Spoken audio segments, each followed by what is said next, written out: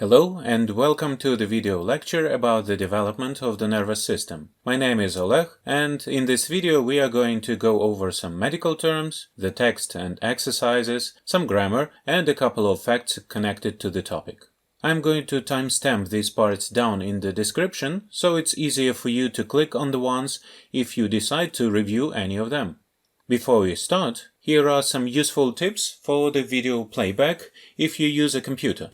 However, if you are watching it on your mobile device, you can skip it using the timestamp below. You can press the left arrow on your computer to rewind 5 seconds. The same if you press the right arrow, you can advance 5 seconds. Double tapping on the right and left side of the screen has the same function on mobile devices. You can use the spacebar to start or stop video playback. They are helpful when you have to repeat some terms, because spelling and pronunciation can be totally different. There is an English joke about that. They say we write Manchester, read Liverpool. So you have to pay close attention to the pronunciation. As it is the second lecture of the topic of the nervous system, by the way, the link to the first one you can also find below in the description. Let's start with a revision of several terms which are useful for this topic as well. Here are some of them. Nerve, or nerve, if you pronounce it with an American accent.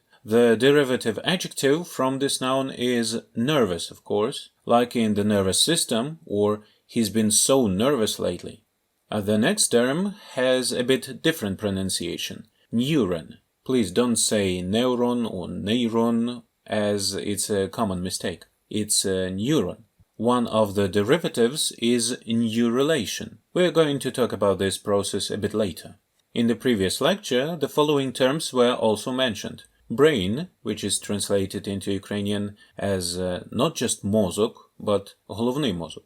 Mozok is a universal Ukrainian word, and there is a bunch of different types of mozok. And all of them have other English terms, but in Ukrainian we just change the adjective. As for instance in spinний mozok, spinal cord. The general meaning of the word cord is not mozok, it's shnur, тяж. We also have a very similar Ukrainian word horda, so cord, horda. Quite often, words in word combinations have some additional meaning than their general translation. Don't study words separately, study them in the context. We don't say separate words, we use them in sentences. So always try to find such unfamiliar words in the text or make up your own sentence. This way, you will remember them much better. Let's continue to the next part. We are going to talk about vocabulary in detail. We will start with the word nerve, which we've already mentioned. There are several types of nerves, such as cranial and spinal nerves. Sometimes they are translated into Ukrainian as черепні and спинні nerви, but proper terms would be черепно-мозкові and спинномозкові nerви. The adjective cranial derives from the noun cranium, which is the equivalent of the general English word skull. Medical students have to know double terminology. One, to be able to talk to patients in the way that they can understand. For example, the patient's skull wasn't injured in the accident. Other terms you will use while discussing something with your colleagues or reading some medical articles. For instance, the cranium consists of 22 bones. Did you know about that? You can remember it from the anatomy classes. By the way, have you noticed the ending of the word cranium is highlighted? It's because it changes in the plural. One cranium, but many crania. And please, don't say cranium, it's cranium. So um changes to a. Another example could be bacterium, bacteria. You can come up with your own examples to remember this rule better. Here is the question for you. How many cranial nerves do we have? If your answer is 12, it's false. It's not just 12 nerves, but 12 pairs of nerves. So in general, it would give us, do you still remember some mathematics? Right, 24 nerves. So if you mention 12, don't forget to add pairs of cranial nerves. Another type is spinal nerves. You can guess my next question. How many spinal nerves do we have? I know that the trick wouldn't work for the second time. It's 31 pairs of spinal nerves. It would give us a total of 62 nerves. Nerves can also be subdivided into central, peripheral, and autonomic. Central nerves are found in the brain and spinal cord. Peripheral nerves go from the spinal cord to the arms, hands, legs, and feet. Autonomic nerves go from the spinal cord to the lungs, heart, stomach, intestines, urinary bladder, and sex organs. Luckily, humans don't have to think about how to pump blood, breathe, move food through the intestines, and lots of other functions because they occur automatically. By the way, here is another rule for you. AU is pronounced as O, not O or AU, just O. Several examples are cause, because, August, autumn, caudal. The last one means хвостовий or задній, for example, neuropore, neuropore. As I mentioned, we are going to talk about neurulation. It's the process that helps turn an embryo into a baby. The cells of the embryo arrange themselves into a tube that will eventually become the baby's brain and spinal cord. This starts happening about 2 weeks after the embryo forms, or in the 3rd week of the development, as it is stated in the text. Let's have a look at the major barriers that protect the CNS. It is protected by physical and chemical barriers. Physically, the brain and spinal cord are surrounded by tough meningeal membranes. They are enclosed in the bones of the skull and vertebral column, which combine to form a strong physical shield. Chemically, the brain and spinal cord are isolated by the blood-brain barrier, shortened to BBB, which prevents most types of chemicals from moving from the bloodstream into the interior of the CNS. As we have covered basic information from the text, take a look at some of the exercises. The task of the first one is to read, translate, and state the part of speech. For example, to elevate, піднімати, підвищувати, and the part of speech is the verb. Some words can be tricky. For instance, relative can be both the noun, meaning родич, so you can say a distance relative, далекий родич, and the adjective translated as відносний, as in relative indicator.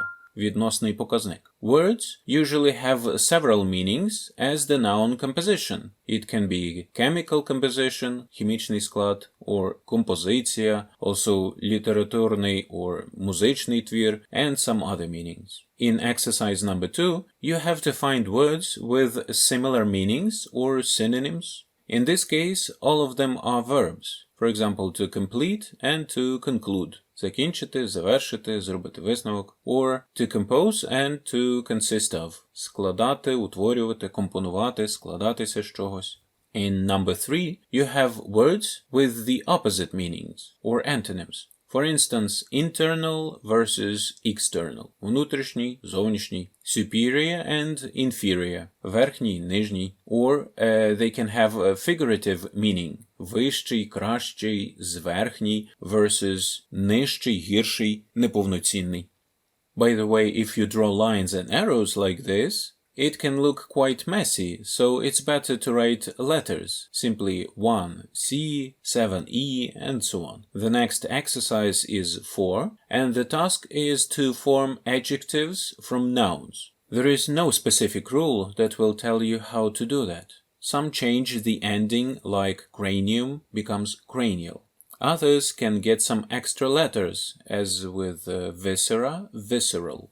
Still others can lose their ending, for example, consciousness becomes conscious. Most of them you can easily find in the text. We will skip some exercises as their tasks are pretty clear. Let's have a look at number 10. You have to match terms to make collocations. Collocations are combinations of 2 or more words that often go together. In this case, sensory or afferent are neurons. Most of these collocations you will definitely find in the vocabulary provided before the text. The task for the next exercise is to study different roots and affixes of Greek and Latin origin. Root is корінь слова in this case, and affix means it's either a prefix or a suffix. English medical terms are like a puzzle. You have to put parts together to get a picture. Knowing what each part means will help you understand and use them also in the Ukrainian professional language. We've already talked about this term today. Kodo means tail, хвіст, so caudal, хвостовий or задній, is located at the posterior part of the body. After you study these components, you can complete the next part of the exercise. So you may guess that caudiform, хвостоподібний, has the form or shape of a tail. Another part is 12b. Here you have to write the missing component from the table. For example, here should be the prefix anencephaly. You can understand the meaning from the sentence. A major portion of the skull and brain is absent. Alright, number 13 is a very important exercise because you are going to pass an exam called the step or krok sometime in the future. This is an abstract from the text used to prepare for the exam, which has been converted into an exercise. You have to fill in the missing words. For instance, it should be white matter. Another part is a case study. You have to read it carefully and try to understand what could be injured. Luckily, here is the correct option for you, but you have to explain not only why it is true, but also why other options are false. That's it for the exercises. Let's take a look now at the grammar topic, which is present simple tense, active and passive voice. It's always easier to study rules when you have particular examples of how and when you can use them. As an illustration, let's use exercise number 6. Here are the rules for the topic. Don't be scared by all these letters and signs. Let's check several examples and it's going to be clear how to use it. The simplest would be I do it. The subject in the sentence is I. The action is do and the object is it. The subject performs the action, so I do. The object receives the action, it in this case. It can be homework, for example. I do my homework. At the bottom, you can see the explanation of each letter. Another person can be he, so he does it. You can see there is the ending s or es, which you have to add to the verb if the person is he, she, or it. The same goes with such verbs as studies, watches, and so on. The verb to be is different from other verbs, so you have to change it depending on the person. For instance, they are students. Now let's compare it to the passive voice. Here the main one is the object. Again, the simplest example would be it is done by me. Це є зробленим мною. It is the object, is done is the action, by me is the subject. As you can see, the action consists of the verb to be. In the present simple, it can be am, is, or are, depending on the object. Another part is the verb in the third form. You have to know irregular verbs, like go changes to gone, know to known, and so on. Regular verbs have the same ending ed as in the past simple, like studied, watched, and lots of others. But the question is, why do you have to say it is done by me if you can say I do it? The reason is if you don't know who performs the action, if it isn't important, or if everybody knows who the subject is. Take a look at the sentences in the exercise. Here you have to write consists. It's the active voice. The system is it, so we add the letter s to the verb. It consists. This sentence is in the passive voice. Is made up. Є зроблено or складається з. You can complete the exercise following the rules. In the last part of the lecture, you will get to know several interesting facts with numbers about the nervous system. The human nervous system consists of about 100 billion neurons. There are about 13.5 million neurons in the human spinal cord. The sensory neurons in the body outnumber the motor neurons by about 10 to 1. We lose neurons as we age, starting at about 20 years old in humans. 1/10 of our neurons are gone by the time we turn 75. The human nervous system is composed of over 40 different types of neurons. Each neuron is connected to other neurons by up to 40,000 individual synapses.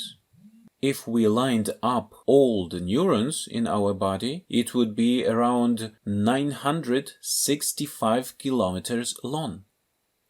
The human nervous system processes an estimated 1 million messages per second. The total length of all nerve fibers in the human body is about 100,000 kilometers. They can go around the Earth 2.5 times. Every square centimeter of your skin contains around 200 pain receptors, but only 15 receptors for pressure, 6 for cold, and 1 for warmth.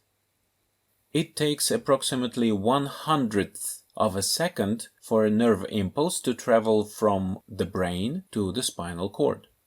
The fastest signal transmission in the body occurs in the alpha motor neurons within the spinal cord. They can transmit a signal at 432 kilometers per hour. I hope this video has been helpful and interesting and you enjoyed it. Thanks for watching. Please don't forget to subscribe, hit the like button, press the notification bell not to miss any future videos, and comment below with your thoughts and questions.